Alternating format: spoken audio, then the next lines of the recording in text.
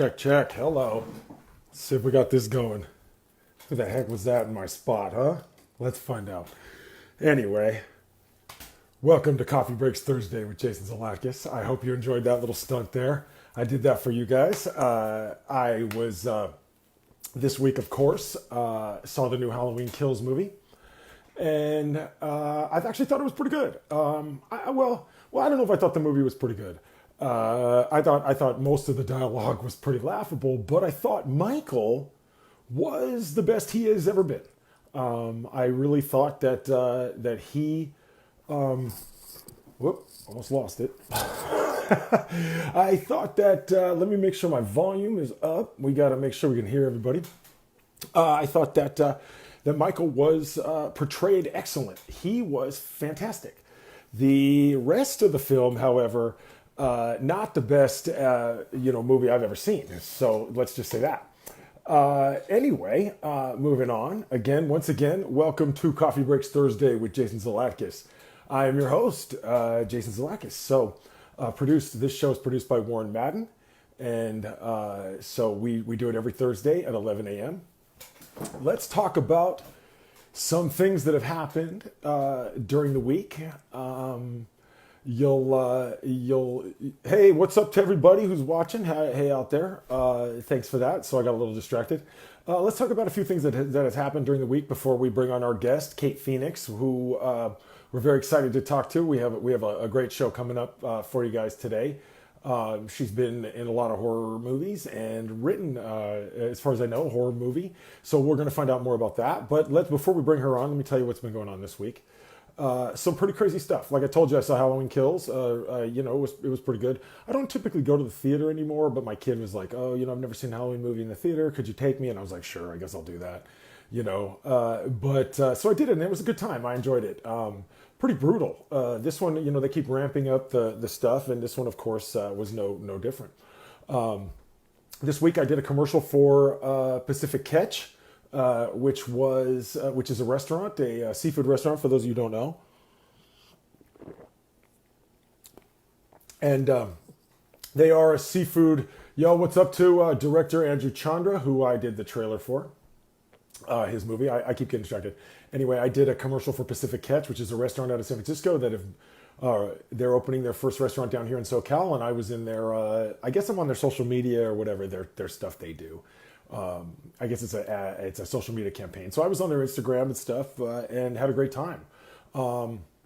Did that this week. I had a call back from McDonald's. It's like I told you guys, even though I'm a film actor, I've been like doing commercials again because, I need the money. I broke my Keurig. That happened this week, which is really, I thought, man, I'll clean my Keurig, and it's Coffee Breaks Thursday. So my Keurig is broken, but I want to tell you what I'm drinking out of.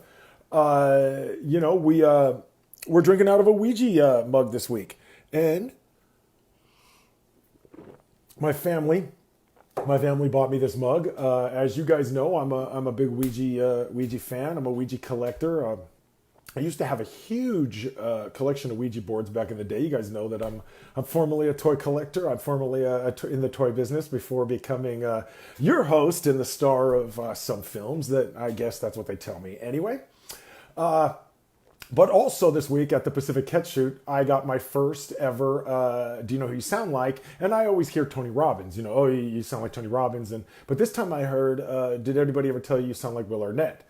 And of course, then I do my Will Arnett, hey, you're trying to steal my job. That's like a Will Arnett thing. I don't even know if that was my best impression of it. Probably wasn't. But anyway, we're moving on. It's Coffee Breaks Thursday with Jason Zalakis, and I'm going to bring on our guest, Cayt Feinics, because you know what? I normally talk for a lot more. But you know what? I do have something I do want to mention before I bring her on. This week I had a friend, a really, really, really close friend to me. He died of throat cancer this week. And so I want to dedicate this show to Derry. Before we go any further, this show is for Derry. So anyway, he smoked a long time, so don't smoke, whatever, So this show's for Derry. All right, moving right along. I didn't mean to open the show with that, but I had to put that out there. That's why today I'm doing it for him. It's in memory of Derry. So here we go. Let's see if our guest is ready to come on. You know, we always have these kind of things. I guess you guys can hear me okay because no one said you can't. So because I can't hear myself, you know, well I hear myself, but I always think I sound like a fool. Here we go. Let's see what's going on. Let's see if she can come on here. What chaos we can add to the show today. Hello there. Hi. So you can hear me? Yes, I can. All right. Welcome to Coffee Breaks Thursday with Jason Zalakis. How are you? I'm pretty good. How about yourself? I'm very good. So is that that looks like behind you is a DVD collection, Blu-rays? What is, I'm assuming they're horror movies? These are all Blu-rays, and it varies. It's mostly horror movies, but there's a bunch of other stuff as well. So what is your favorite horror film that you got back there, I guess? I'm trying to, I don't know where it is in the stack, but my favorite movie is actually Trick or Treat. Trick or Treat, that one with Sam. Yes, I'm obsessed with that movie, so I collect toys from it and everything. Right. So I wanted to talk to you a little bit. I know you're a collector. I mentioned just briefly ago that that I collect a lot of things like that. So you're also a collector and a horror actor, right? So that our audience knows you're in horror movies. Oh, and also to match you, I'm drinking out of a Ouija cup. Oh my God. And we totally didn't plan that. That's amazing. I too love Ouija boards and have a few of them. Okay, so let me change the question. Because on the Ouija topic, do you believe that they can contact the spirit world? No. You're the best guest I've ever had. Thank you for saying that. Because I get these people, oh yeah, they can talk to, and I'm like, are you for real? You know it's a game, right?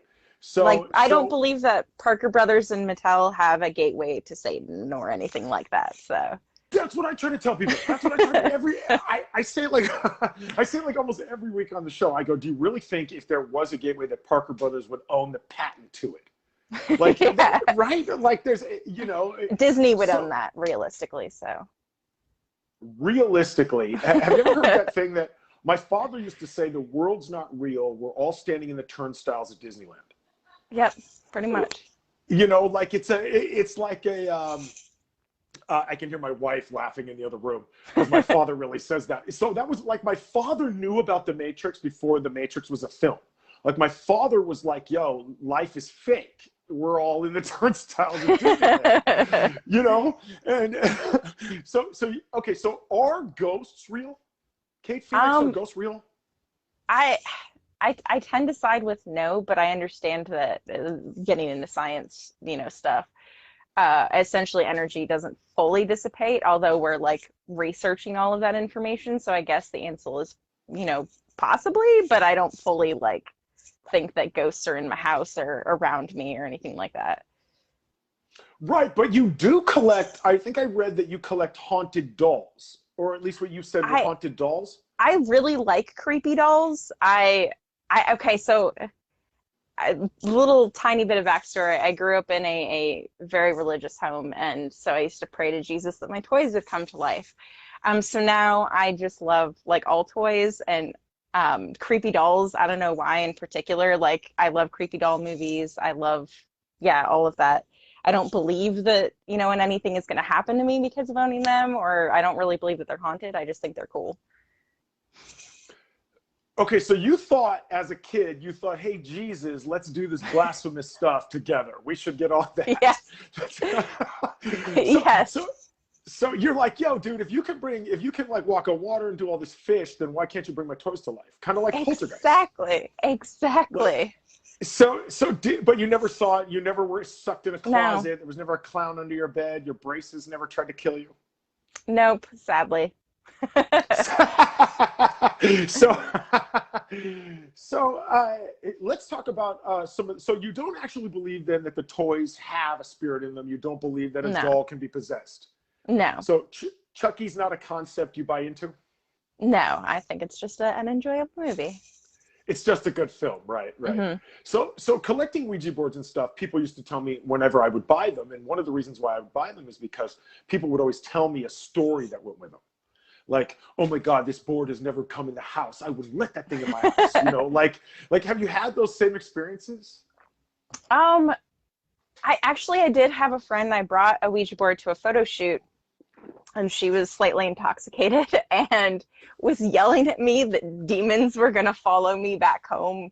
That if I touched the board or moved, essentially moved the planchette on the board, that I was, going to have something follow me. And I was like, nothing has so far, so I'm pretty sure I'm good. Right. Yeah, I keep telling people that, you know, because ghosts aren't real. So I have a Ouija board tattooed on my arm. Oh, that's And really awesome. it's from the back of the 1954 Ouija board box from the William Fuld board Okay. before Parker Brothers bought it. And my buddy who tattooed it is this really religious cat. And he's like, yo, I know to you, man, it doesn't mean the devil. I used to own a toy store. So he's like, you know, I know to you it's a board game. And so I'm willing to do it. And his mom walks in. And she's like, oh my God. Like we're in a tattoo studio, right? Like we're not just in a like in his house. We're in a tattoo studio, and his mom comes by, and she's like, "Oh my God, the devil!" Like, so a lot of people think. So a lot of people are saying to me, like, "Oh my God, the devil!" And you know, my Ouija board tattoo people do look at me different, and you know, people who know me know that I don't believe in any of that, you know.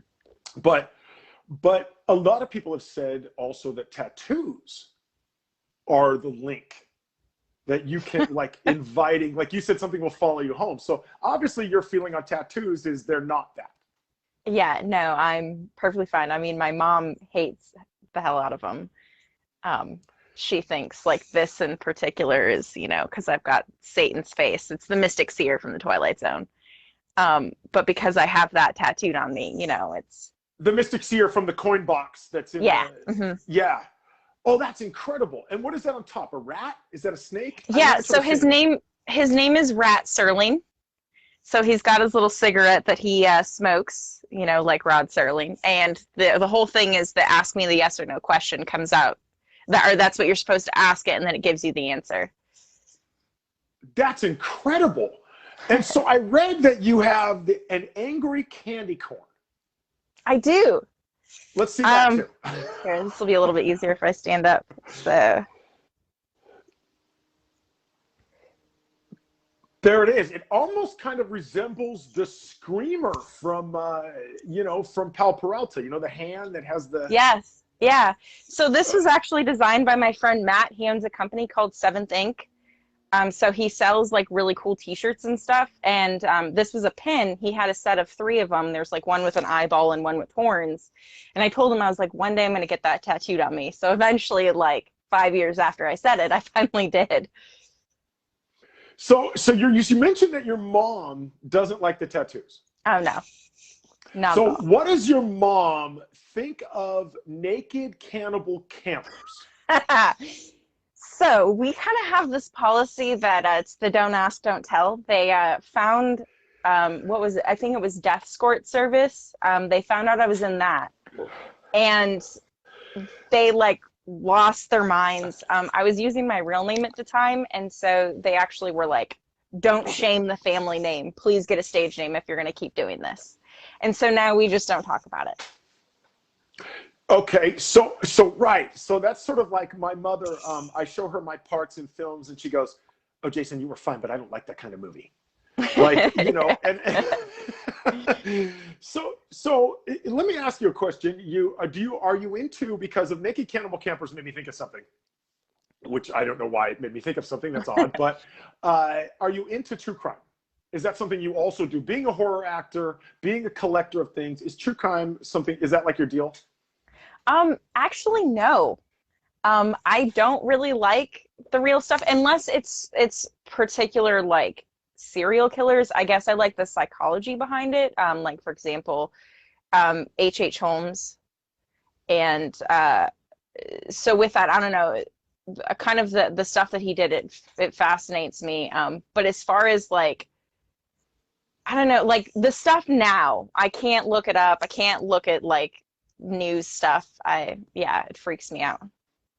Okay, so you're talking about H.H. Holmes, who hired different construction workers, different contractors to build a uh, like basically a torture kingdom or Hmm. some kind of weird Saw house. Like he's almost like the first Saw, right? Like wouldn't you? Yeah. I mean, and he wouldn't pay them. He would smooth talk his way out of it. He would hire them. They would build part of it, and then he would just fire them. Like it was, yeah. You can smooth talk your way out of paying bills. That's a pretty neat technique. How do I do Apparently that? he could. You have to be, I guess, a sociopath. So You, I guess you do, right?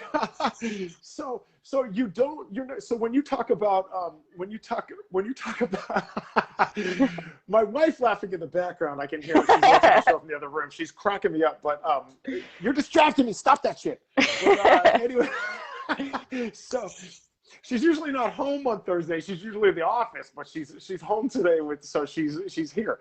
Okay, you're throwing me off my questions. The reason, so you're saying because, what do you think of the Brian Laundrie case? Like, are you following that at all? Like you said, you're not interested in like new crime, but you know, we're talking about naked cannibal campers, and I've heard this guy's yeah. into camping. Is that something you would do, camp with Brian Laundrie? No. And yeah. What I will say a comment. What's making me really, really mad. I've, I'm familiar with the case and everything like that. The one thing that's making me mad though is the news keeps showing photos of them happy together when that's completely should not be a thing, and it makes me really, really angry that I keep seeing that, and I'm like that's the one thing that with what happened is terrible, and we shouldn't be dwelling on the fact of these photos because there was clearly other stuff going on. But yeah, that's just my little 2 cents on that. So how important is the media in something like that? How important, how big of a role does the media play in our societal judgment? A lot. A lot of the times too, not saying in this instance, but the media will essentially have us determine whether someone is innocent or guilty before they've even been on trial. And if the media actually fixates on certain things too. There are plenty of other people that have been, killed or kidnapped, have been put in these situations, and it's not reflected on. Don't want to get too deep into that political talk of, but those are things the media picks and chooses, and it kind of makes us fixate on certain things and kind of guides our decision making as well. Right. Like the fact that specifically with the Laundrie case, there's been so much focus on that. But a Hmm. lot of people, have gone missing in that area that the media doesn't focus on. Well, and I was actually just reading an article that said the FBI, I believe, has found 5 people that were missing, that were dead, and they ended up finding their bodies from this whole thing. So how crazy is it that just because something media spotlight is on something, not saying that necessarily it is in this case, but what makes them fixate more on that versus these other people in the past who disappeared? That's ridiculous. Right. So in that case, then the media, is it better like knowing how to manipulate the media or possibly controlling it might be the best way to go, right? Yeah, and I mean, and all media is going to be sided one way or another. Everybody has a lot of it comes from facts, but it's given in forms of opinion. How much so you make a lot of movies that I guess people would consider risque. Obviously a movie called Naked Cannibal Campers. Yes. That I don't think that can be taken out of context. I think that's pretty explanatory, right? Like what it is. Hmm. You're also in a movie, and I had to write it down. The movie is called American Guinea Pig, Yep. Bouquet of Guts and Gore. Is that correct? Hmm. Is that the full title of the movie? Yes, that was actually the first movie I was ever in. That's the first movie you're in. And Hmm. and you play victim, or tell us about that because I don't know your part in that film. Okay, so the movie is actually mostly, they call it, the genre is torture porn. It's essentially just people just get chopped up. There's no uh, unofficially, there's no real plot or anything like that, even though they added a plot later on. So essentially, Ashley Lynn Caputo and I get kidnapped, and we get taken to this warehouse and were essentially tortured to death. So they do different things, like they slice my eye open. Um, they put, what were some of the, they like cut, I think they cut my arm or they cut my limbs off. So Um, it's what I it's, call like a special effects expose. It's yes, basically very done much to so. show, right, that we can do these effects. It's so when you say it's like that's your first movie you did, Yeah. and your parents must have been thrilled. So crazy enough, they didn't actually notice that one. So I come to find out my aunt like snitched. She saw something from Death Court Service Your and aunt's a sent it to snitch. them. Yes. So all family has been banned from Facebook. So right, okay. Yeah. so so okay, so after you do that, what's the next film you make after that one? So I did American Guinea Pig, and then it was Death Court, and then I can't tell you which one was next after that. I don't. Was it Chaos AD maybe? Okay, so you're making all these movies where have you made movies where you're not sort of chopped up? Have you made films that are, or are they all sort of in that vein? No. Chaos AD, I'm actually the villain in that one. So it's that one, like, I don't actually get, well, I don't want to spoil anything, but I can't fully remember the end of it because it's been a while since I watched it. But I am the villain actually going after other people. And how long ago was that movie then? Oh, that was in, so let's see, that was 2014. Maybe like 2015, 2016. I was actually trying to load IMDb so I'd have this information up, but then my computer decided to do updates the last minute.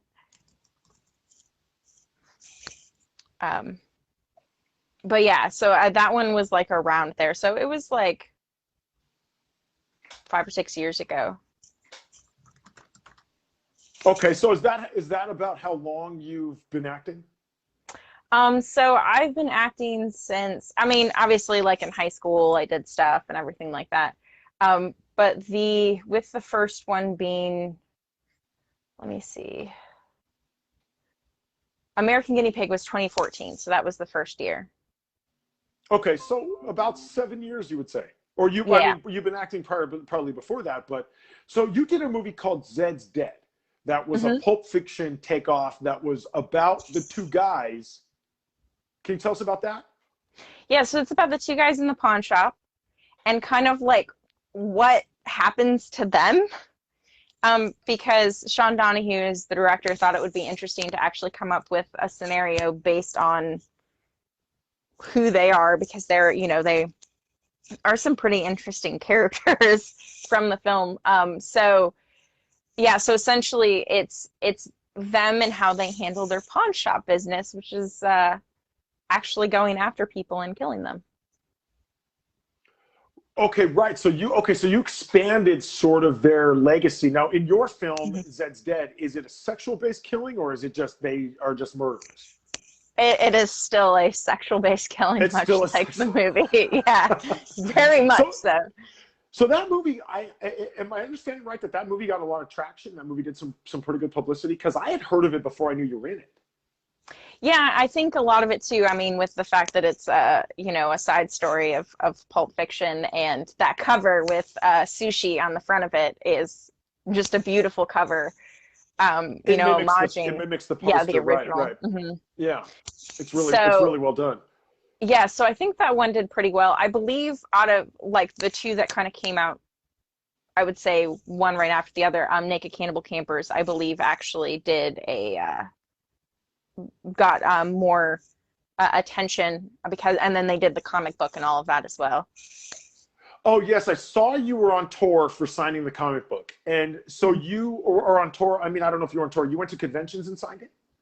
Yeah, so Tampa Bay Screams, which is in Tampa, Florida, obviously. So they actually had the comic book guys come out there, and so I signed some there. And then we did a signing at a comic book shop in Orlando, I think it was.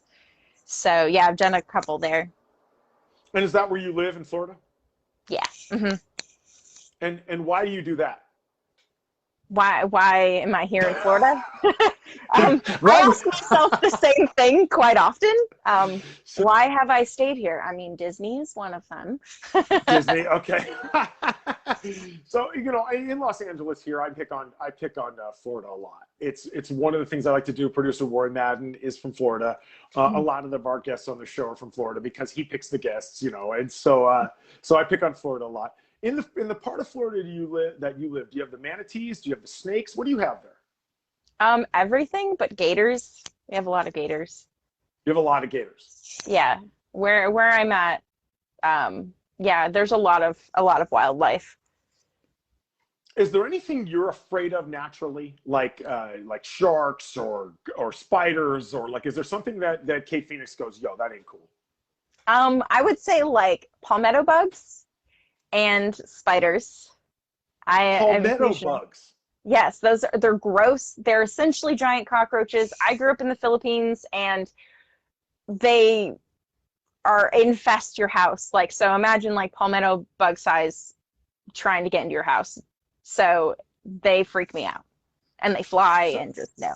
so you grew up in the Philippines, but you find Florida to have scarier bugs. That's what you're saying? Yeah, I mean, So is Florida scarier than the Philippines? um, actually at times, yeah. Rich Sheldon, who lives in Florida, was our guest on our show, and he said the gangsters in Florida are pretty hardcore. What is your feeling on the gangsters in Florida? Are they real? The gangsters of Florida, I mean, yes, because the Florida man is part of them.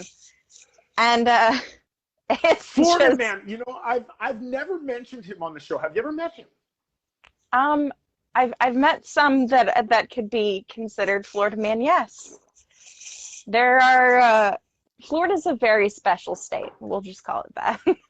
And Florida's this very special state, and by that you mean they're handicapped politicians. You mean that's what you meant. There's a lot that Florida has that, yeah, I won't say, but there are times I where try I to ask keep myself, why I non-political, live but here. like I said, I'm a Californian. Right. And Warren does too. But Producer I Warren think Madden, our views are very similar. So I think so. And let's move along. You have worked with you wrote Slimoids. okay, so he put me as a writer, but I was more of a contributor on that one. I actually came up with the title with him. We came up with the premise. He had Seb Gonin, who had talked about doing the little, or he wanted to do a monster movie essentially, and so we talked about it. He was going back and forth on stuff. So I more contributed to it. I've written scripts that have not been made into movies that I would eventually like to one day put into a movie. But that was more, yeah, like adding to it and stuff like that. I don't know why he put me, because it should have been story, but he put me as writer, so it gets confused. Well, so it comes up, and I'm like, dang. So who got on that project? Brink Stevens is involved. Obviously, one of the greatest. And I never miss an opportunity to mention her name on the show. So She's a sweetheart. I'm not. So you met her in the filming of that, is that right? Did you work with her, or is she just the voice on that? I did not. Dustin Hubbard, who I believe he's the producer in that, he actually knows her really well. They're really good friends. So he had her in that. I have met her at other things. When we were filming a movie for Joe Castro, she was at his house because everybody like came over and ate dinner. And then I've met her at a convention as well. And then actually I am going to get to work with her though in a movie in January. Tell us about that. What is that movie in January? So that is Hellfire. It's an action. I don't know if it's considered action horror or just action, but that's Jeremy Summerall is going to be directing that, and it's a revenge film. So okay. the Indiegogo is still up. So if you just look for Hellfire movie, I've promoted on my page. Jeremy Summerall promotes it on his page. So that one's going to be a lot of freaking fun. I think everybody's just going to get to let loose and go wild on it. I mean, when you have an action revenge movie, anybody that's in that just gets to go nuts. And what's your character? So I play I think I'm technically, I don't know if I things have changed a little bit. I don't know if I'm a stripper or a prostitute. But and I can't say Another one for much your about my parents. character. Yes, yeah, they will love that. And I can't say much on it, but I can say that it's gonna be a pretty good time. Absolutely. So that's amazing, though, to work with her. So let's talk about another one. So you're in another film, because I'm really into who you've gotten to work with, because I'm huge fans of these people. You got to work with, or maybe you're in a movie called Death Care, which I was really fascinated about. But Death Care, and Linnea Quigley is in that. That's This movie, I don't know. To be honest, I don't know where this movie is going. We've not actually filmed anything for it. Oh, you haven't? No. So that's one that I don't include because I'm not sure what happened. I think some stuff happened with the director and everything. So I don't know if it's on hold. I'm not sure. I don't know if it got made without me. I don't know. Sure. Okay, sure. So that happens to me a lot in film, where movies get made, especially when you're working with independents, a lot of things. How often has that happened to you? How often have you made a movie that either didn't come out, or you had footage you shot you never got to see? Like, how often did that happen? This is the only one, actually. I think, yeah, all the rest of them have actually come out and have at least on a DVD. I haven't seen them all, except for, yeah, I would say anything after Zed's dead hasn't been done yet. Yeah, I'm looking here at my stuff. So is Clownado before Zed's dead? yes. Mm-hmm. And you're in Clownado with Dylan Harvey, who was on our show. Yes. And I actually saw that she was watching. So hi, Dylan. Did you watch her episode? I have not. I need to go back and watch it. I will say I'm terrible and I need to go back and watch it. I don't mean to call you out, but I totally intended I know. to. Okay. Yeah. So usually I'm working at this time, so I always forget. Like, people be like, "Hey, watch this," and I'm like, "Oh yeah, you tell me at work," and then I'm like, I forget. So okay, let's go back to. Do you have a fear of clowns? Do you have a fear of sharks? No. Either one of those? So I actually love sharks, and I really want to scuba dive with sharks. Like that's something I would love to do in the future. I think they're highly misunderstood creatures. And you wouldn't be afraid of a sharknado? No. What about a clownnado? Either of those frightening? I mean, it depends on so actually I have not seen Sharknado, which is really terrible, and I need to watch it. Yeah, nobody watched it. It's in the to watch stack, but as you can see, this is just part of what we own. So there's a lot more, and there's 3 levels of this that are to watch stacks. So it's in there. Right. It's more of a to watch stack than it is, right? So yeah. Then it's been watched. Okay, so Sharknado versus Clownnado, which one are you more afraid of? Probably a Clownnado, because they can actually if I'm a very logical thinker, and this is really dumb and silly, but I just think logically, they can think, they can wield weapons, they can shoot me from afar, scarier. It's scarier, right? So out of the movies you're in, what is your favorite one you've been in? Probably Clownnado, actually. Clownnado was your favorite one. So tell us about your character in that. Are you a victim? No. I am a clown. I am the only female clown. I play Satchel, and I wouldn't compare her to a Harley Quinn. I was trying very much to stay away from that. Actually, some of the movement, kind of the spacey movement that she does, actually crazily was inspired by Drusilla from Buffy. But I very much just liked to just play this maniacal evil character that all she set out to do was to destroy everything. She would, play with her pets here and there, but she just wanted to destroy everything and to keep their faces on her bag, hence the name Satchel. Oh, okay. Does she skin the people, put their faces on the bag? Yes. Mm-hmm. I can't believe I haven't seen this movie. I mean, it's on Amazon Prime, I think, as well. Okay, sweet. There you go. So the folks that are watching, but I do have copies if you are a physical media person, so just reach out to me. Love it. Will you sign those copies? Yes. Actually, both myself and Boppo the clown will sign them. Do you know him? Or is that a Yeah, girl who? it's my boyfriend. It's your boyfriend. Okay. Yeah. So you can team up with and get them both signed. That's awesome. Yeah. That's incredible. Mm-hmm. That's an incredible offer on Coffee Breaks Thursdays with Jason Zalakis. I'm going to put a plug in there. So let's talk about something else. You mentioned pets. Am I correct that you rescue animals? So all of our animals except, well, 3 are not rescue, 3 are rescue, or 4 technically now. So we're just animal lovers. I absolutely love animals of any kind. Like we have a snake. We essentially have the food chain. We have a snake, 2 rats, but they're pets. And technically, like 3, kind of 4 cats. There's an outside cat that we feed, and he comes and hangs out. So. Right, the rando cat you took care of.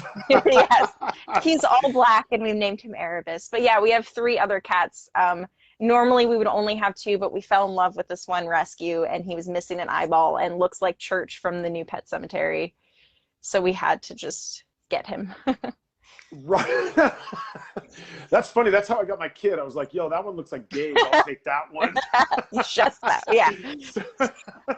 That's the same way I got my kids was, oh, they look like the one at Pet Cemetery. Give me that one. Yeah, exactly. It's a cute kid.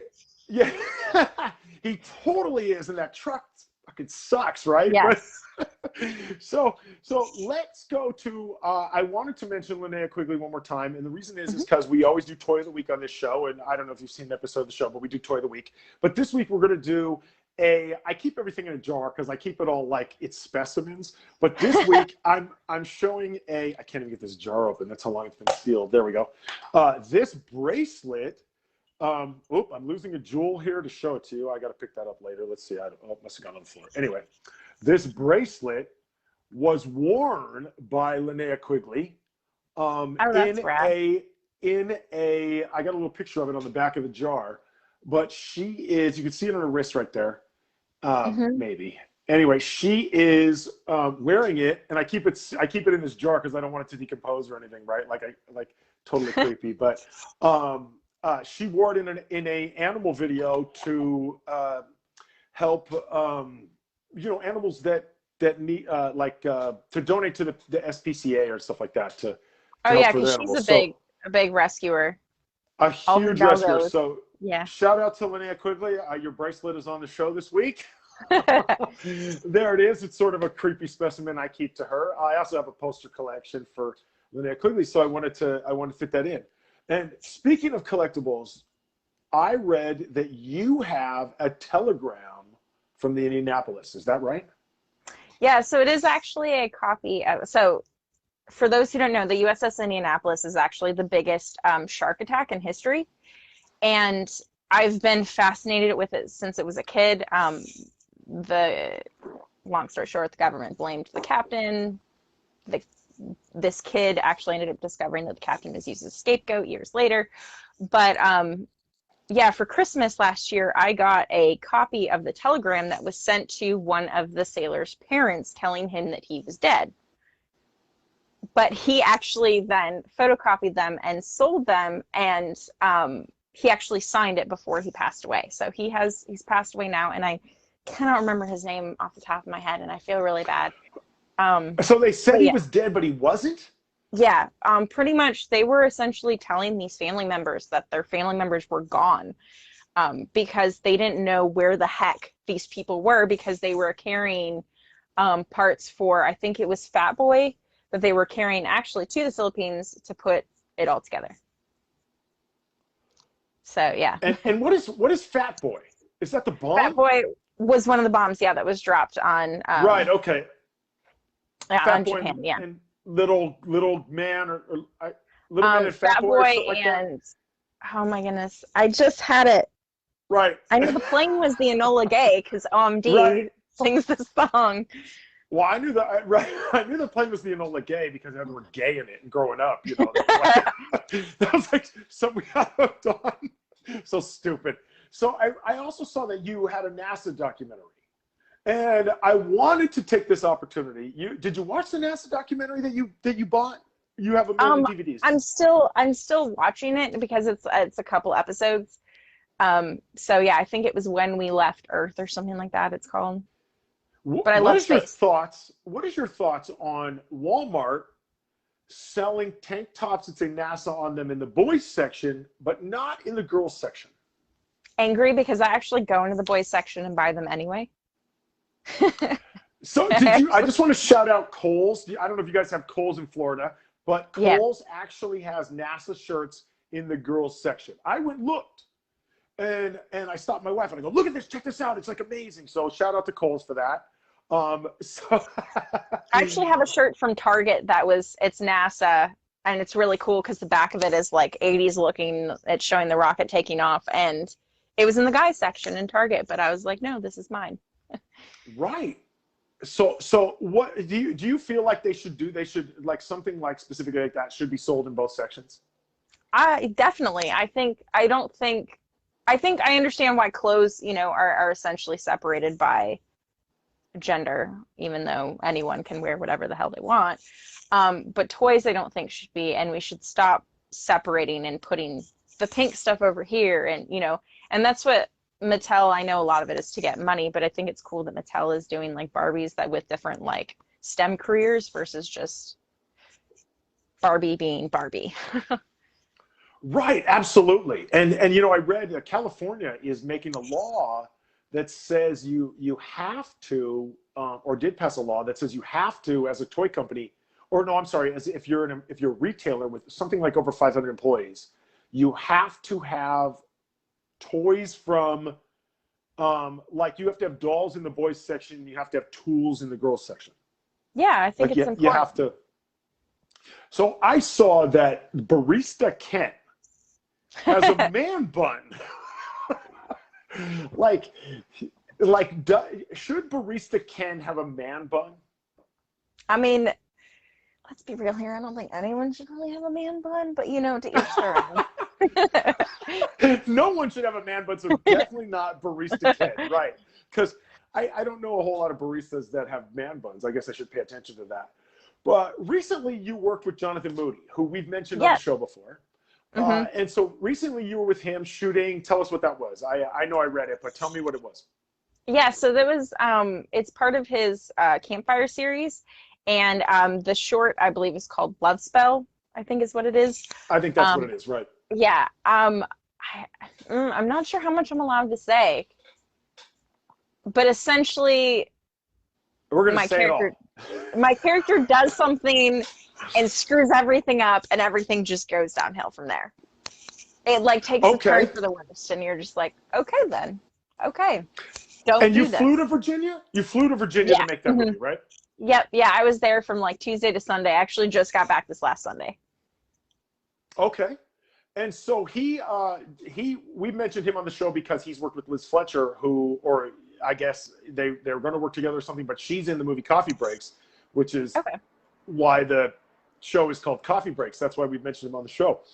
So moving on, when you were there, you also went to Busch Gardens and so what's the difference between Virginia and Florida? Like nothing? So I actually am a pass holder to the Florida Busch Gardens. So I got into that one for free as well because I've got the premier pass or whatever. So we got rained out, so I didn't get to really see. I got to walk through and see all of it, but we got rained out. Some of the rides were closed because of wasps. In Virginia? Yes. They had a wasp problem in Virginia. Yeah, apparently they go after their tallest rides. It's really, and they're trying to conserve, they don't want to kill them all off, so they're conserving them, and they just close the rides. So half the rides were closed because of wasps. Yeah. Okay, so I don't know how to handle that. Yeah, I don't either. I was like, okay, this is weird. Florida, we don't have that problem. We do have a lot of birds, but yeah, we don't have a wasp problem like that. What's the craziest thing you've seen in Florida? Like, because we, you know, across the nation, we hear all these wild things. Like, what's the craziest thing you've been a witness to? In Florida? I mean, because wasps shutting down a ride is pretty wild for us in California to think of that. We would just eliminate them with our guns. Like, Florida. I mean, that's kind of Florida, though. I think the craziest was probably going through Hurricane Irma. It went like the eye went like right over where I live, and we stayed home and hunkered down and were without power for like 3 days. We got really lucky that it came back on as quickly as it did. But yeah, we went out and played in the rain because we were bored. So we're in the middle of a hurricane running outside. What if that hurricane had clowns in it then? Would that have changed the situation for you? Probably. I probably would have boarded up more, and actually I probably would have left the state. So let me change it up a little bit, and I'm trying to monitor the time. I'm looking over there. I can't even see it. It doesn't matter. Anyway, I wanted to ask you something. So you're a collector of things, right? Obviously, you're a collector of DVDs. You have a million of them, and a lot of the people I talk to on the show who are horror actors and people like me, we're collectors of things. Like, you know, do you think people who are collectors of things are drawn to horror? Is it like, do you think there's any correlation between collecting and the type of movies we like, or that we do like film? I think so. I think the reason being is because a lot of us, well, I think it depends on what you collect. But a lot of people, for example, I collect vintage toys, particularly like Gremlins and She-Ra toys. So with that, it's not, I mean, it's cool to be a nerd now, but a lot of people who collect these things now, we collect them because we couldn't have them as kids. And so it's almost like we were these outcasts, or at least I know I was. And I think finding a family, horror is very much a family. Like, you go to horror conventions, you'll see people, and everybody, you know, is so cool and chill. And generally, I mean, there's always those that aren't. But I think a lot of that, we've just become this family, and we take care of each other, you know, because we understand what it's like to be apart and to be different. And so it kind of gives us all something. So I think collectors, a lot of times, especially toy collectors or movie collectors, you know, horror is just an iconic thing. I think I really feel that, you know, because I've noticed the same thing, that, you know, especially, you know, when I was a kid, and I say I was a kid, I was, you know, 15, 16, I started in the toy business collecting vintage toys and, you know, into all these things. And now I see people and I'm like, are you serious? Like, you're waiting in line, or, well, we used to wait in line for movies, but, you know, you're waiting in line for Star Wars when you used to make fun of me, like, you know, and now you're like, oh my God, I just saw the new Avengers movie. And I'm like, dude, when I got a Captain America tattoo, you were like, yeah, what a geek. Like, you know what I mean? Like, so I feel what you're saying. You're seeing it in real time is I think what you mean. And so the toy collecting is like a group for people like us who I guess have been outcasted. And, you know, that's where I found my home, was in those things. And so you're saying, how often do you go to conventions? Because for me, going to those conventions was like seeing family. So how often do you do that? So pre-COVID, I would go at least 3 times to at least 3 or 4 conventions a year. And 3 of those, like, so down here we have Spooky Empire, and they have that twice a year. And it's a pretty big convention. The May show is usually smaller, but the October show is usually really big. And it's cool because I've made so many friends there. That's how, actually, crazy enough, when I talked about Matt from Seventh Ink, that's how I met him and his t-shirt company, was because I saw his t-shirts online, saw him in person, and was like, hey. And so now we're all really good friends and everything. And so I feel like, I don't know, I just get to know vendors and stuff. So it's cool to just connect with people. And I think a lot of times too, generally at horror conventions, celebrities will hang out with people and they walk around the convention. I generally don't see that as much with, you know, some of the bigger, you know, more of the comic book, sci-fi conventions. But horror, everybody's super, super chill. They want to go hang out, and it's really cool. I know exactly what you're talking about, because before being an actor, I made my living in the horror industry. I used to run a business. And funny that you mentioned She-Ra. My wife was a big seller of She-Ra. So you have a fairly good She-Ra collection, or Or like, what Yeah. would you? I mean, so are you into It's really the ones from your childhood or the newer stuff? Like what are you feeling on that? so I haven't watched the newest show, the one on Netflix. I started it and I had a hard time getting into it. But I am a firm believer if I need to finish it, like I need to actually sit down and watch it because I can't fully judge it until I watch the whole thing. Um, but of the toys that I collect, though, I have some of the newer toys that were Target exclusives. But I have the original toys. So I have the castle. It's like 90% complete. I'm missing like a door and some little thing. And Right, right. I have like maybe like 80% of the princesses. And um, I actually So have you're some big missing like ones though. Spinnerella or like one of those, like Castaspella, like somebody like that. Yeah, yeah. I have, but I have Swiftwind though, and in like pristine condition. He That's looks so awesome. amazing. Like his hair is still beautiful. And Swiftwind is a dude. I thought the Swiftwind isn't horse, yeah. Swiftwind is a girl. I thought. I thought Swiftwind was a dude, but I don't know if they ever like. Now I need to look this up. Hold on. In the middle of the Swiftwind. show, is Yeah. Swiftwind a dude? We need to find this out. This is breaking journalism right here. We need to know: is Swiftwind a dude, or is Swiftwind a chick? Which I hear chicks don't like to be called that anymore. So is Swiftwind a girl? I have no idea. I mean, Remember, I'm from the era that's of so dudes and chicks. So he. It is a he. he Swiftwind is a he. He Okay, is. Swiftwind is a he. I don't think I knew that. Is Swiftwind Bo's horse? No, Swiftwind is She-Ra's horse. I Okay, what forget is Bo's Bo? horse's name. I think Bo's horse is Arrow. Something Is like, yeah. Well, that would make sense, right? I mean, I just made that up, but it might be that. I I don't think know. Bo's horse is Battle Cat. Am I right? Battle Cat, really? You're gonna go with Battle Cat?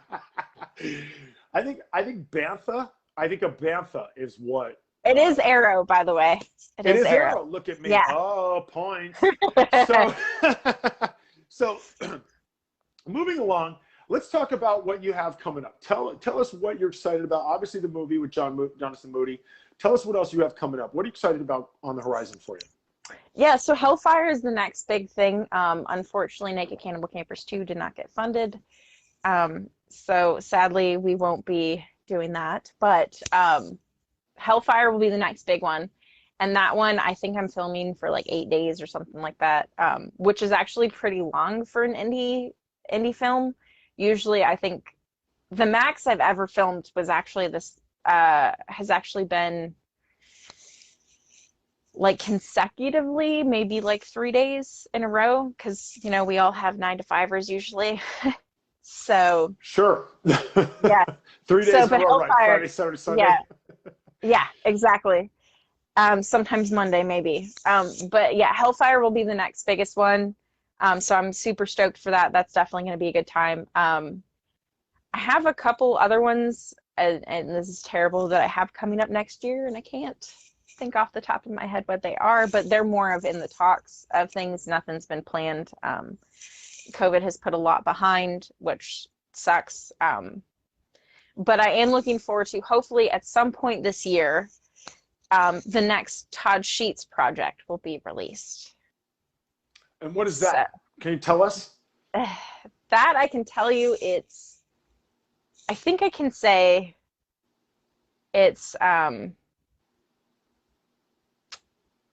Amazon show. I think that's all I can really say right now. That's it.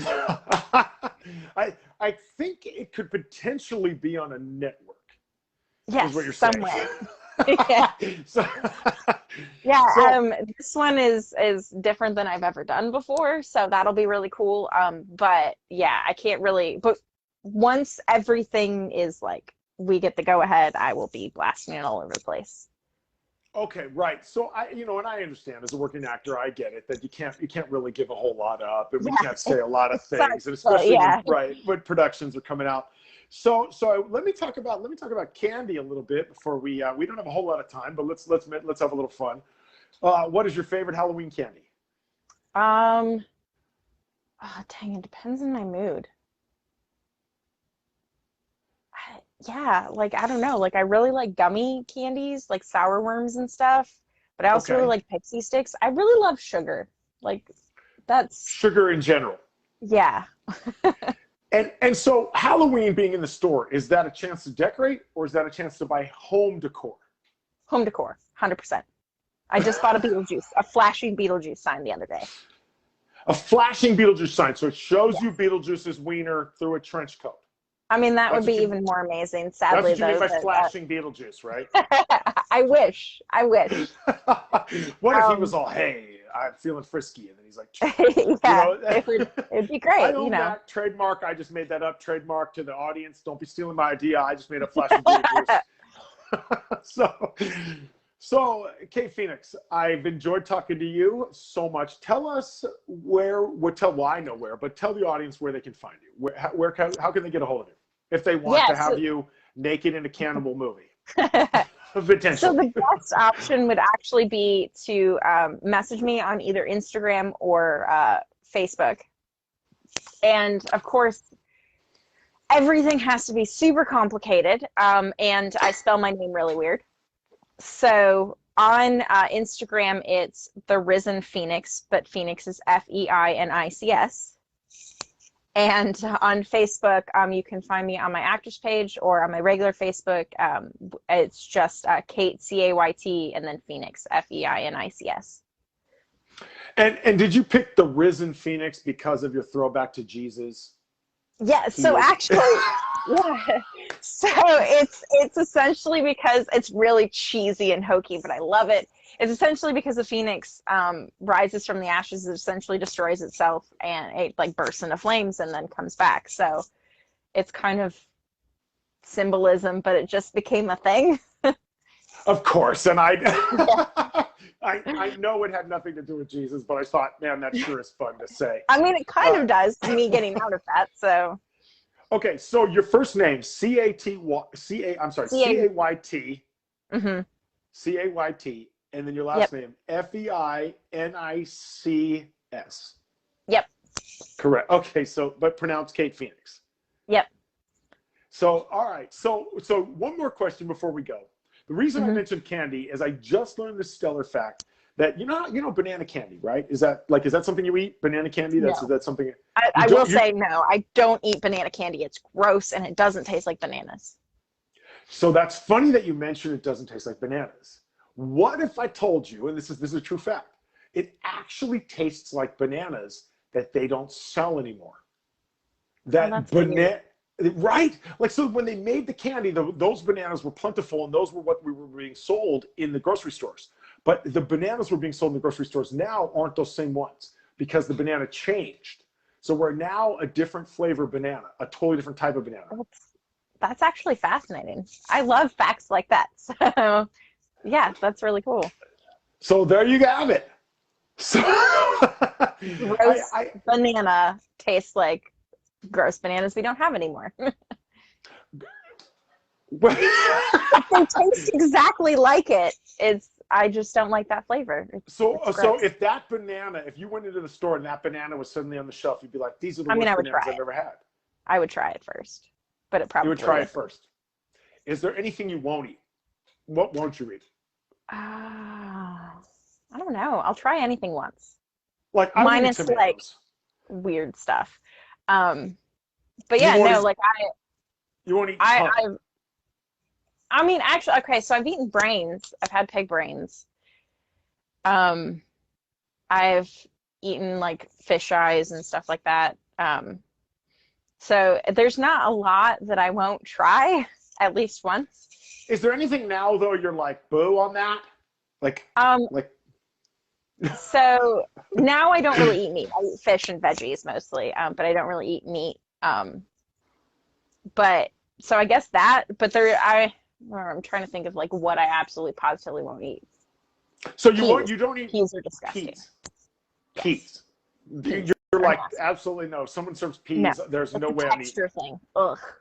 The texture. Yeah. The So texture nasty. peas. And so you don't eat meat. How come you don't eat meat? Is it a choice or is it like Yeah, you know, it's a choice. well, I mean, is it like because the cows, I mean, obviously it's a choice, but Is it because cows are suffering, or is it because meat is gross? Like, what is your feeling on that? So I'm not a huge fan of beef unless it's like ground beef anyway. And I don't know, like I do feel bad for the animals, but I think most of it was like hey, let's try this and let's see if we can actually do it. And okay, we've just kind of been doing it, so now it's a thing. Right. How so? You don't even find it important to the diet? Like, I know a lot of people are like, oh Mm-mm. my god, if you don't eat meat, but you do eat some sort of protein. You eat chicken. Yeah, You eat fish. fish. Yeah, Not chicken. fish. No, not chicken. I don't eat Only like fish pork, is beef, chicken, lamb, those, but so fish. like I guess like a Pescatarian. pescatarian, right? Yeah. hmm And so, what's your favorite fish to eat? Um. Uh. So they don't actually have it here. It's from the Philippines. It's called lapu lapu. And when was the last time you had it? When you were a kid? Yeah, it's been like, God, yeah, it's been a really long time, like over 11 years. Okay. So I just saw your video freeze for a moment there. We're running out of time, but let me ask you one more question. In Florida, you have manatees, right? And do you go see hmm them at all? Have you ever seen them? Yeah, so actually, I've been to the place where they're at. Like you can actually, I think you can swim with them or something like that. Like you can do like this tour. I haven't done that, but Disney actually has a whole aquarium as well where they've rescued manatees that have been hit by boats. And so Wow. yeah, they'll take them in and have them heal up and stuff. And if they can't be re-released, they keep them there. Because like some of them, they'll be missing like a huge chunk of their fin and stuff. So yeah, so that's Oh, cool because you can actually go see them feed them, and they're like the laziest things ever. They like float around and eat lettuce. right. So they're more like mangled teas then. Yes, mangled peas. Yes. so, so have you ever tried manatee? Have you ever had it? No, because that would be terrible. I don't think I could ever. Actually, okay, so that's something I won't eat. I don't think I could ever eat a manatee because I'd feel too bad and guilty. What? What's the difference? Because they're What? like giant puppies. Like, have you seen their lips? They So, look like a freaking Boston Terrier or a Frenchie. so your thought is that that tuna looks hella aggressive, but that manatee, I could never touch that. Yeah. And fish feel pain differently. Like their concept of pain is really different. It's weird. So a manatee, I guess, is a mammal. It's right. Yeah. It's okay. So it would be different, right? It would be Yeah. like okay. So you've never had a barbecued manatee. Nope. I don't think I ever would. I've I can had hear gator. my wife in the other room going, "Oh God, Jay, don't ask that question." I love that question. I usually ask that question is barbecued dolphin, but this time I changed it to manatee for you. See, and that's like almost even worse because they're like the most intelligent creatures of the sea. What's to say? I mean, who's to say? If we're gonna eat one I fish, don't think I could. I don't think I could do it though. could you? And I've asked this question on the where I've asked this question on the show before, and I know my wife is gonna kill me in the other room, but but could you swim in a pool with a dead body? Okay, so that's an interesting thing because I think I know where you're going with this because I've had this conversation with people. It depends on how big the pool is. Right. So if there's a dead body in the ocean, Yeah, you're cool with that yeah, because it's not close to you. yeah. If it's in like a proximity, or I'm like, because I just think of like the Alyssa Lamb thing where the people were actually drinking the water from the tower and swimming with it, kind of, think the same thing.